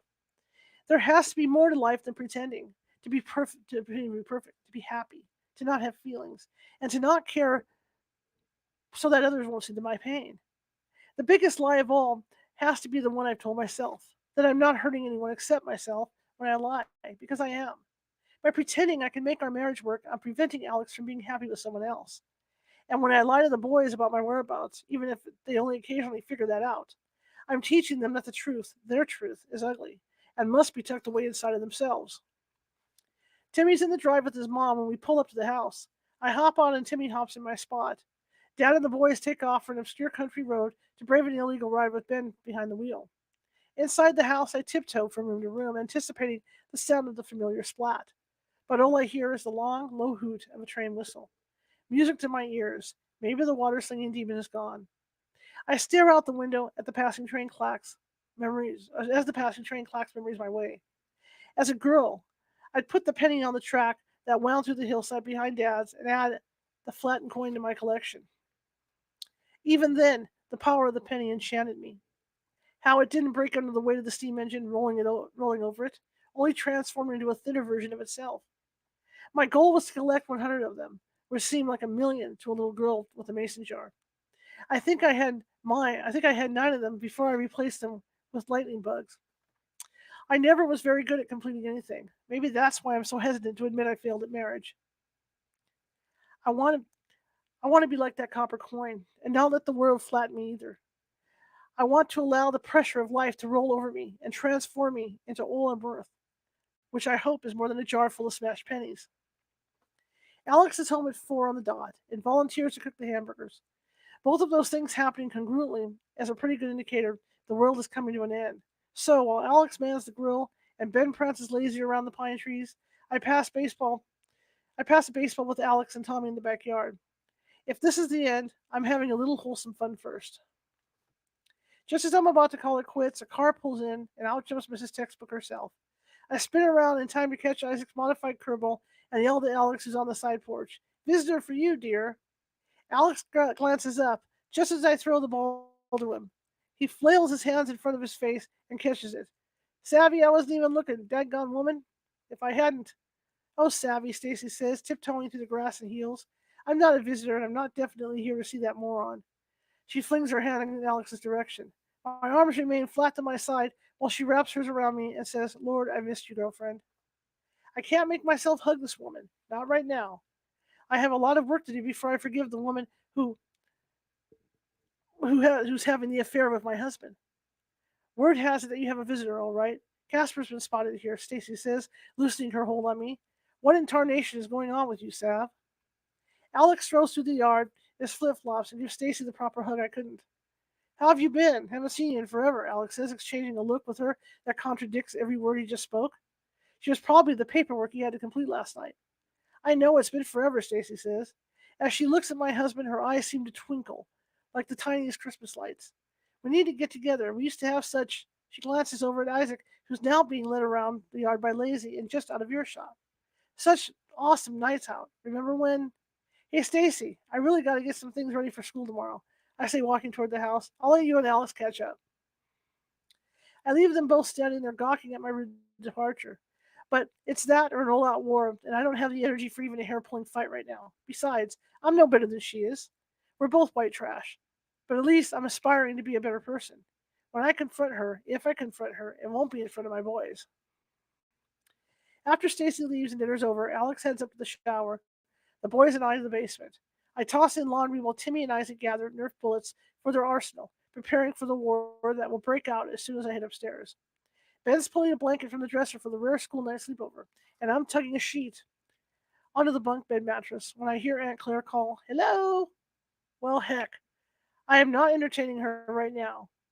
She's got a lot of nerve just to barge into the house like this.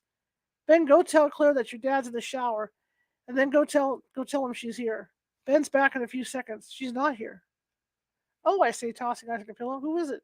No one. Ben says, shrugging his shoulder. Nobody's here. Uh-oh. The laundry basket in my arms falls to the floor, and I run up the stairs, Ben on my heels. Sure enough, no one. And the side door to the kitchen is not only shut tight, it's locked. As I run down the stairs, I trip over my feet, and my shin slams into the last riser. I jump up and wave my finger through the air towards Tommy and Isaac, and ask like I'm lassoing them. You hear Claire come through the door and yell? They nod. What'd you hear her say? Isaac says, hello. When he pronounces the O with a drawl, I know he heard the same voice I did. I don't know what the hell is going on here, but at least the water isn't spraying. I can understand God letting the water spray inside a house, even a demon, but surely God's not cruel enough to pit Alex's malevolent aunt against us. Isaac's glancing toward the kitchen just as water shoots Tommy in the leg, soaking his PJs. While Tommy's on tiptoe and flailing his arms like a ballerina, I hear the half-bath commode flush and Ben yell, "Aw, Mom." Who needs Xbox anyway? I've got a water demon, a textbook hussy, and a ghost masquerading as Claire. I'll call Father Nick in the morning. My Santa in black better get his crucifix ready. We need a full-out exorcism. I hid. I leave the boys shooting Nerf guns, totes piled up high as shields, and hide out in my closet upstairs to decide what to do. Telling Alex about the voice or the commode won't make any of the chaos stop, so I'll pretend, for now, that things here are sublime. Alex hasn't mentioned Stacy's visit or my abrupt departure from the reunion in the backyard. He probably knows to do so would be as dangerous as noodling for a catfish. Alex is my husband, and as sick as it makes me to think of him or any other man touching me, I would rather feel sick than feel nothing. I don't want to be numb to the torment, to what feels like the excruciating ripping apart of my internal organs.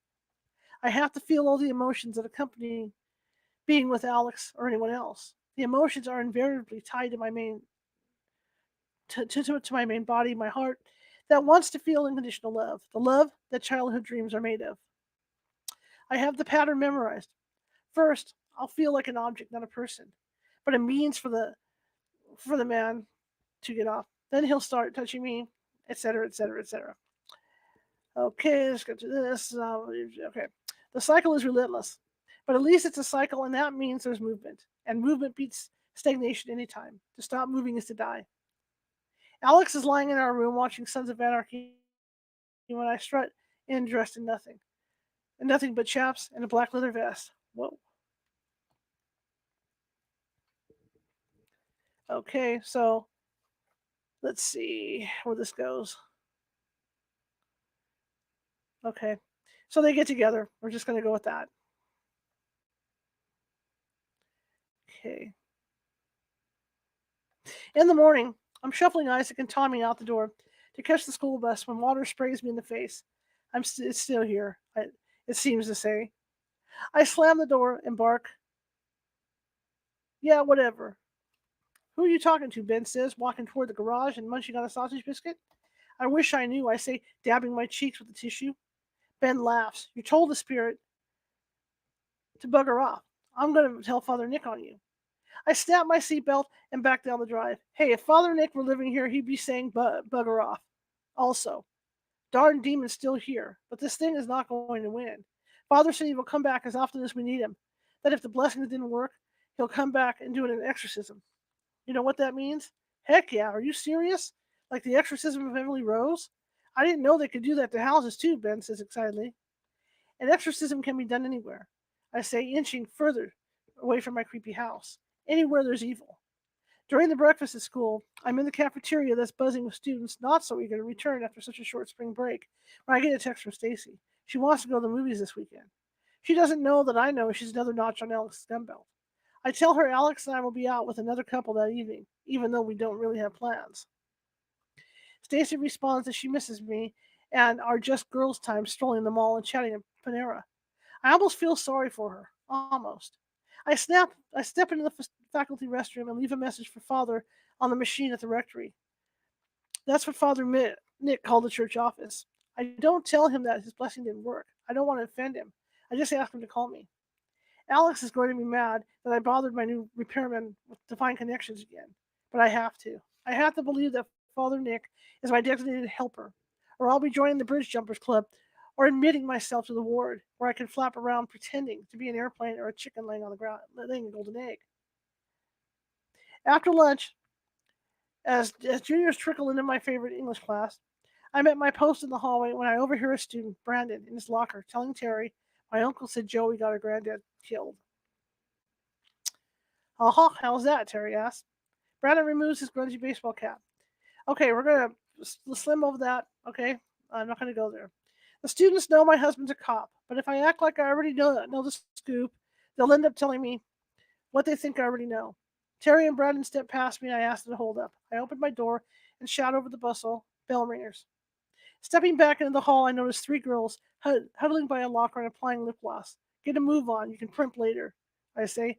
Tallest girl rolls her eyes and slams her locker shut with her middle finger predominantly high. But I'm not taking time to write that up now. I've got enough paperwork. I just yell, hey, Sabrina. And when she turns around, my middle finger is scratching a spot on my head. Hurry on now, I say, smiling. As I turn back to Brandon and Terry, I spot a couple making out in the niche by Mrs. Z's room. Save it for the weekend, I say. Just because Mrs. Z has a sub doesn't mean you get to do whatever you want. The boy drags his lips away from the girls, and she skips into the room. I lean toward Terry and Brandon. Boys, look, not everyone knows about Zoe and Cliff. I say, not knowing who the heck Cliff is, let alone how Hank had a beef with him. Okay, the police are investigating the connection, but you know this could be just a rumor. Terry sticks his hand into his warm jean pockets and shrugs. Yeah, but Mrs. Templeton, Cliff's mean. Brandon says, shifting to one leg. My uncle thinks he's done things, you know? I lie. I've heard of him. Alex arrested him for domestic ones. Terry shakes his head and Brandon says, well, he come to our house a lot. Talk to my uncle. Okay, boys, keep this under your hat. You don't want to get in the middle of a murder investigation, do you? Heck no, Terry stutters, as they both head into the room, crossing over the threshold right behind them. To the one tiny space in the world I will some control. Today we join Edgar Allan Poe's character in The Pit and the Pendulum, who must decide on death by falling into a pit or being scorched by burning walls as they close around him. I'd rather be floating downriver with old Tom and Hook, but the vessel of hate called the Spanish Inquisition is heralding my class to a point or a port of desperation to which I can relate. I'm not burning at the stake or spread eagle on a rack, but I feel bound and pulled in two directions. The love I have for Alex and the love I want for myself is competing. There's just not room for both. I can leave Alex and dive into the pit of the unknown, or stick it out with him, and no doubt get burned. Neither option is enticing. The class is watching a video clip of the history of the torture that was imposed by Pope Sixtus during the early 15th century. The principal steps into my room and takes notes from a seat in the back. Mr. Myers, shirt soaked with sweat from the armpits to the front pocket of his shirt, jots notes as the class discusses how greed played into the church's murder frenzy. I know he always sweats this way, but it's still unnerving watching him sweat and scribble away. Isn't the church supposed to care about people no matter who they are? Brandon asked as the video ends. Why'd they kill people? Control, Brandon. The church wanted control. That's why people who were accused of heresy,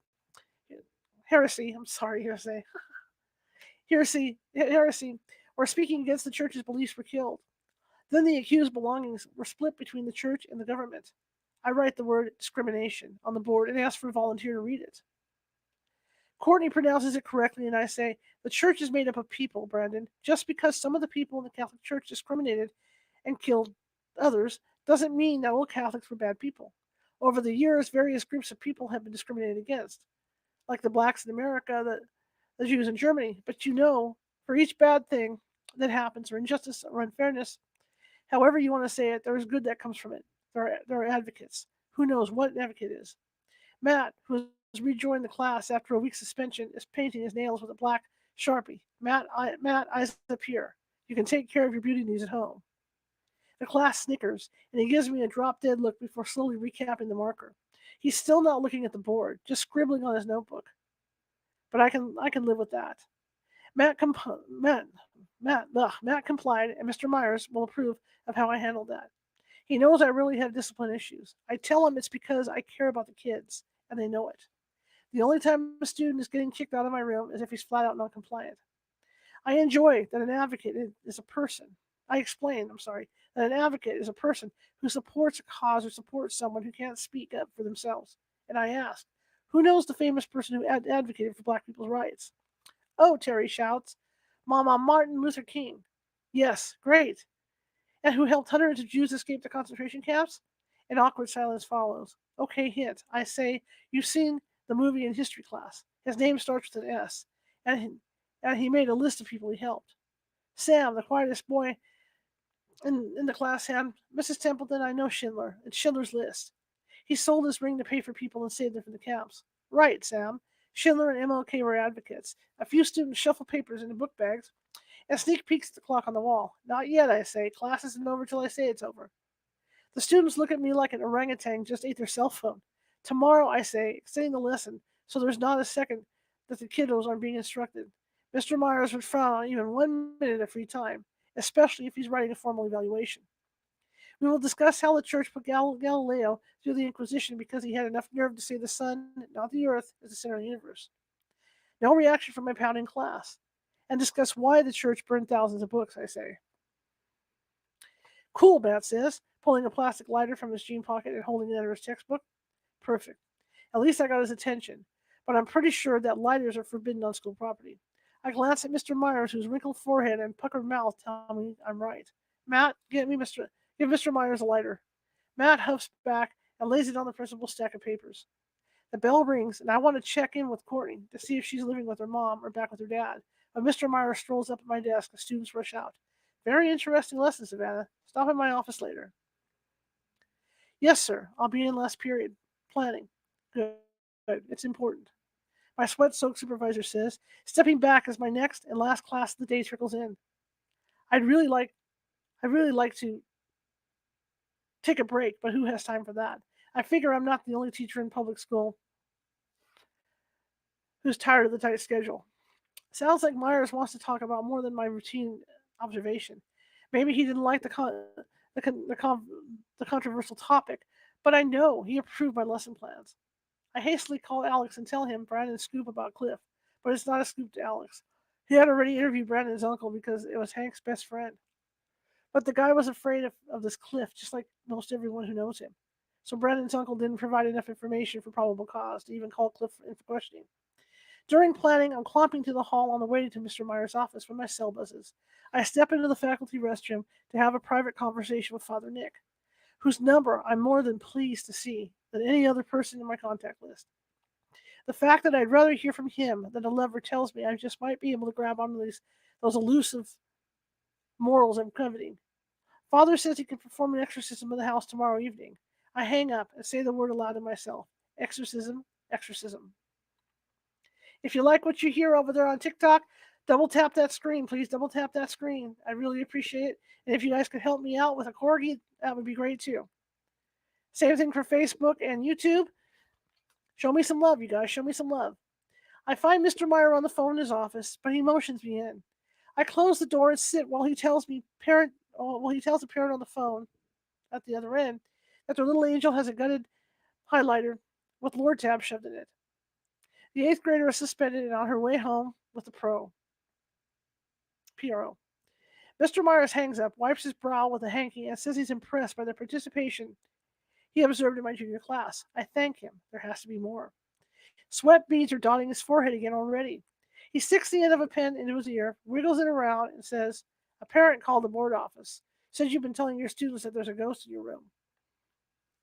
A laugh explodes from my mouth so fast that spit lands on the papers by Mr. Myers' sweating hand. Do what? I say, you're kidding. I told the superintendent that I would check out your class and talk to you. I brace my hands on the edge of his desk close to me. Remember when I had to leave early one day last week to meet the repairman at my house? He nods. I may have mentioned to the students that there's a spirit in my house. Had nothing to do with my room here at school. I figured it had to do with your house, he says. I've heard. Well, Mrs. Z had mentioned you had a priest there. I bet she did. I appreciate her concern. I sit back. I don't want to be reprimanded for blending my personal life into my classroom. And I say, I greatly greatly appreciate your concern and discretion with the whole matter. Mr. Myers makes a note and says, "You know, kids, Savannah, they're going to take a statement like that and contort it into a zillion fantasies. Just write up what you told me about the house repair. Leave leave out that you said anything to the students. I'll fax it to the super. Cover my butt." "Absolutely," I say, getting up. "You're right. I'll take care of it. Thanks for being understanding." I hesitate, my hand on the doorknob. My life got really complicated really fast a few weeks ago. Feel like I'm treading water. I appreciate you not jumping to conclusions about my ghost. A smile crosses his clammy cheeks. I'm certainly glad I didn't see one. At home, I'm dusting the living room when the kitchen door opens and a woman's voice says, "Hey." "In here," I say, hoping there's a real person to accompany the voice this time. Luce, a flowered bag slung over her shoulder, whips comes in. "Thought I'd get your mind off your crazy life," she said, pulling out a hairstyle magazine. "Look at this," she says, pointing to an updo. "Perfect, don't you think? Everything from the upsweep to the nape of the neck and to the tendrils framing the left side part would complement Luce's face." "Ah, Luce, the do is you," I say. What else you got in there?" Luce empties her bag, strewing catalogs of cake designs along with samples of embossed napkins and trendy guest favors. I picked up a silver monogram napkin. Cool. This complements the turquoise centerpieces. Luce smiles. "I've already ordered those," she says, as water splatters on the table, soaking a few catalogs, a fine mist settling on the entire table. "Dang it. Is that what you've been living with?" Luce says, covering the papers with her hands, as if she expected water to spray again any moment. That scared the crap out of me. I get a dry dish towel. Yep, and I'm sick of drying it up. But Father's coming tomorrow. How do to do an exorcism? I say, dabbling the table as another spray hits Luce in the face. "My God, Sav," Luce says, "this is incredible." "What the heck?" Isaac wanders in and glances at the text on the magazine cover. He wrinkles his nose. "Aunt Luce, do I have to wear one of those duck suits?" Quack, quack. "Nah, you can just wear shorts," Luce says. "Heck, it's just a wedding." Isaac busts out laughing. Isaac loves Luce cussing. Ever since she found out that cussing gets him to smile for a picture, she does it to mess with him. "What's so funny?" Alex says. I turn, startled to hear his voice. He's still in uniform and scouring the fridge already. Probably didn't get lunch today. "Isaac's wearing shorts to the wedding. He got Luce's official okay." "I'm going to wear my overalls," Alex says with a chuckle, and strops down the basement stairs to remove the stiff green uniform. Luce gathers her wedding paraphernalia, saying we need to leave so we can get to the bridal shop by 5. "You still not inviting Mom?" I ask. "Nope. It would just be plain awkward." "True. What was it, 10 years ago that she drove in for Grandpa's funeral? I don't think that was the last time I saw her. I think that was the last time I saw her." I grab my purse as Alex bops through the basement door, bumping into Luce, who drops her bundles of papers. Alex scoops one of the damp magazines from the floor and holds it at arm's length, like he's holding a vial of bubonic plague. "You sure you want to get married?" Luce just smiles at him as I walk towards the door. "Why are these wet?" Alex asked, shaking the one in his hand. "Thought your priest's visit was supposed to stop all this stuff." "Don't worry, Alex," Luce says, snatching the magazine from his hand. "The priest is going to make another house call. Savvy's on the ball." Alex smirks at me. "I told you it wouldn't work. That priest must be as crazy as you are." I open the side door. "Got to get to the dress shop, Weave." "Where are you going?" Alex glares at me. I feel like I'm being accused of something underhanded, and this time I'm really going where I say I am. "I just said the dress shop. We have to get fitted for our—" "Guess there's no dinner." Alex raises his arms. He's expecting manna to pour from heaven. "Mashed potatoes and steak would be too much to ask for," he says, and gurgles out this evil laugh that makes me feel like I just gulped a flask of bleach. Alex is his Aunt Claire without male parts. A generous sized. I suppose that's my consolation prize for selling myself short. Ben barrels through, chasing Isaac, who has a guitar snapped across his chest. "Mashed potatoes? Sounds good," Ben says. "Awesome," Isaac says. "Mashed potatoes." Now I feel guilty. Alex might expect the taters, but does he have to incite the kids to expect the stupid things too? I want to vomit the bleach I swear I just drank. "No, honey," I say, caressing the door handle like it's really tenderly. "I just wanted to enjoy my sister's wedding bliss, since I don't know where my own eloped to." "Daddy was joking," I say. "He's going to fix you something. I'll fix you some mashed potatoes tomorrow, sweetie pie, I promise." Alex rips the plastic off a frozen chicken entree. "Luce, you going to be a good wife and have dinner ready every night?" Luce looks at Alex like like she's sipping from the same bottle I am, walks past me and out the door. I peer into the living room where the boys have settled into a show and let my gaze burn through Alex's head until I feel a fire burning in mine. I flick my tongue until I have enough spit to swallow and say, "Do you have to be such a butthead?" I'm in the car before he has time to respond. "Luce," I say, "I'm sorry." Alex thinks he's funny. Luce starts the car and puts her hands on my knee. Savvy, dear, I'm the one who's sorry. He's so hateful, always has been. But he's worse than he used to be. I don't know how you stand being around him. It's no wonder you have a spirit in your house. He is evil. So Luce thinks Alex is not only mean, but evil. I recline and I look out the window. I want to tell her I think it was me who let the evil in, not Alex. But that would require too much explanation. I click my seatbelt. He says I never cook, and then when I do, it's not good enough. Luce punches the accelerator. Sav, Alex is full of it. I'm rarely at your house that you aren't cooking. I should make him some laxative lace brownies, I say, trying to sound impervious to the pain I'm feeling. I'm not dampening any of my little sister's enthusiasm for marriage by divulging the extent of civil unrest brewing between Alex and me. Nothing she can do about it anyway.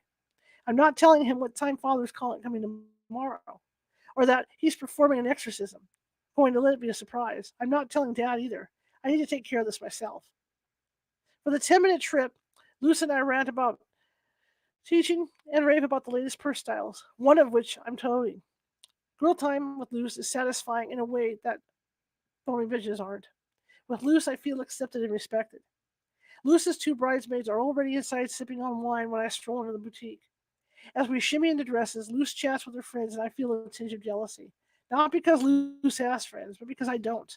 I go through them faster than Dad, and I do a pot of coffee. Could it have something to do with the fact that they usually end up messing around with my husband?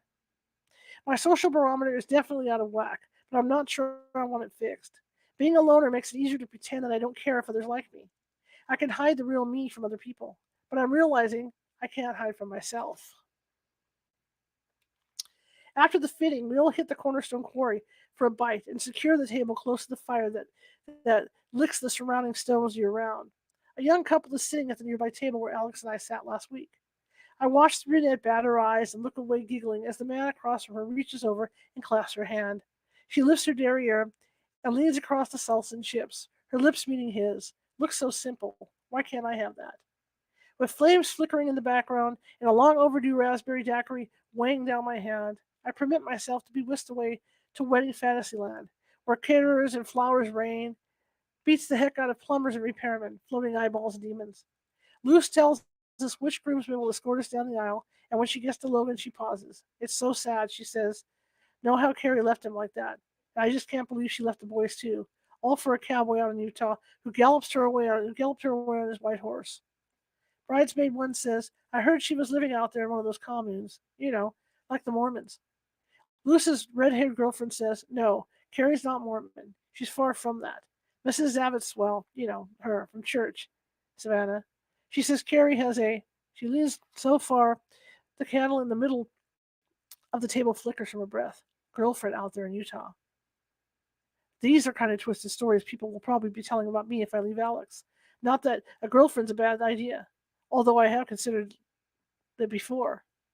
The point people miss amidst rumors is that everyone's trying to find happiness unless they already have it, and I'm sure Carrie's no different.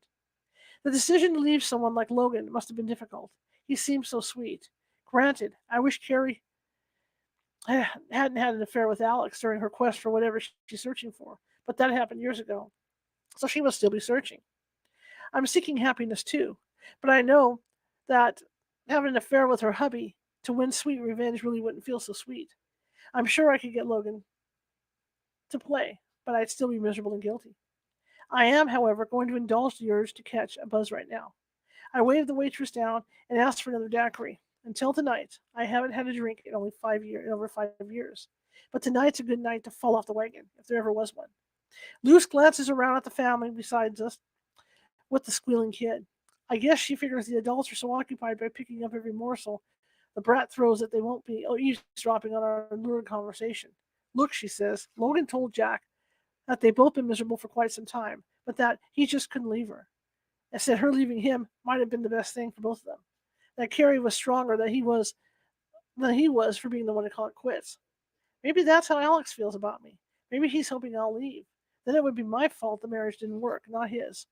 I slurp through the whipping cream that's floating in the goblet the waitress just handed me and chug a long swallow of the liquid beneath. If we split, rumors would generate no matter what the circumstances. But I don't want the thought to be that I left him for another man. If I leave Alex, it'll be to find myself. Bridesmaid 1 says, "Oh, but just look at what Carrie left. That Logan is a spectacle worthy of a billboard in Times Square for sure." "Savvy," Luce says, scooping the salsa onto a chip. "You're awful quiet. Something wrong?" I'm thinking how shocked I'm thinking how shocked they would all look if I casually tell them that a few years ago, Carrie messed with Alex, and that perhaps she's trying to be happy. "No, just tired from everything going on at home," I say. "There's not a billboard big enough to illustrate the grand spectacle inside my house." "Luce told me," the redhead says, coughing up the tortilla chip. "A ghost is spraying water inside your house. How fantastic." Each woman's gaze is locked on me. I permit the raspberry daiquiri to smooth my throat, and then say, "Any fan of mine would have to be fantastic indeed." Okay, chapter 20 will be next week. Let me click off here to Facebook and all this. Okay, so we're at chapter 20. All right. It's been a long day of reading, but it's interesting. I mean, things are picking up at the house. Again, I do this weekly for people who are on TikTok. I read every Sunday for at least an hour. Today was an hour and 45 minutes. Yikes! But I read at least for an hour on Sunday to a paranormal themed book. A lot of the time, it's a true paranormal. Not doesn't want to work. True paranormal story. And this one, for instance, is based on what this woman went through. So, it's pretty cool. It's pretty cool. This is a true story. Sometimes they're not true stories. Sometimes they're just paranormal themed, right? So we do that every Sunday. Also, starting tomorrow, my guest is going to be David Oates. David Oates is a reverse speech expert, and what he's going to be talking about is the Apollo moon landings that he thinks through verifying the reverse speech of the astronauts that he can verify that we actually landed on the moon, that it wasn't a hoax. So he's got some stuff to share with us tomorrow about that, plus some other stuff of his reverse speech work. But thank you guys. Thank you guys for sticking with me all this time. And again, if you're over on TikTok and you want to get a few last minute taps in, please do tap the screen and show me some love, because I do want to be put higher up in that system. The same thing goes for Facebook and YouTube. It's hot in here too.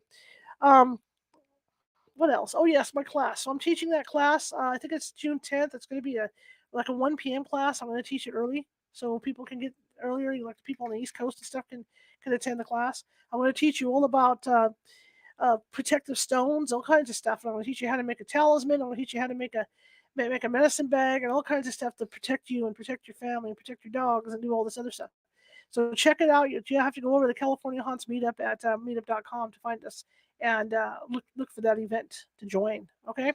And again, for everybody that's on TikTok and isn't aware of it, I do a weekly radio show Sunday through Saturday. Sundays, I read from a paranormal themed book. Monday to Thursday, I have paranormal guests on. It could be UFOs, it could be Iraq, it could be cryptids, anything like that. If you're interested in seeing that, that's at 6:30 p.m. Pacific every night, and that's over at youtube.com / at California Haunts Radio if you want to see that. But again, at 6:30 p.m. So join us over there. I'm also looking for subscribers, not so much here, but over at YouTube. So if you go over to YouTube and check out our videos and you feel like you want to subscribe, please do so, because I'm trying to build that up, as well as work on TikTok. All right. And we're going to be doing some live things on TikTok coming up here. Karen Clark, one of our psychics, will be doing live readings on TikTok for you guys. And we have all kinds of paranormal information to share with you guys. We're going to be telling paranormal stories. We're going to be talking about ghosts. We're going to take you guys on some investigations with us. So it's all coming. It's all pending, so I hope you decide to come. Anyway, if you like the show, share it with 5 people.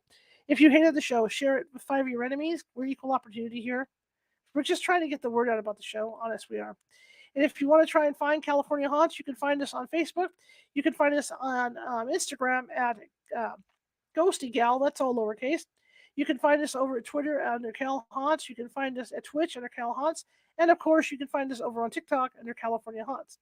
I want to thank you all for coming tonight. I will see you all at 6:30 tomorrow for David Oates. And hopefully you guys from TikTok can join us over there.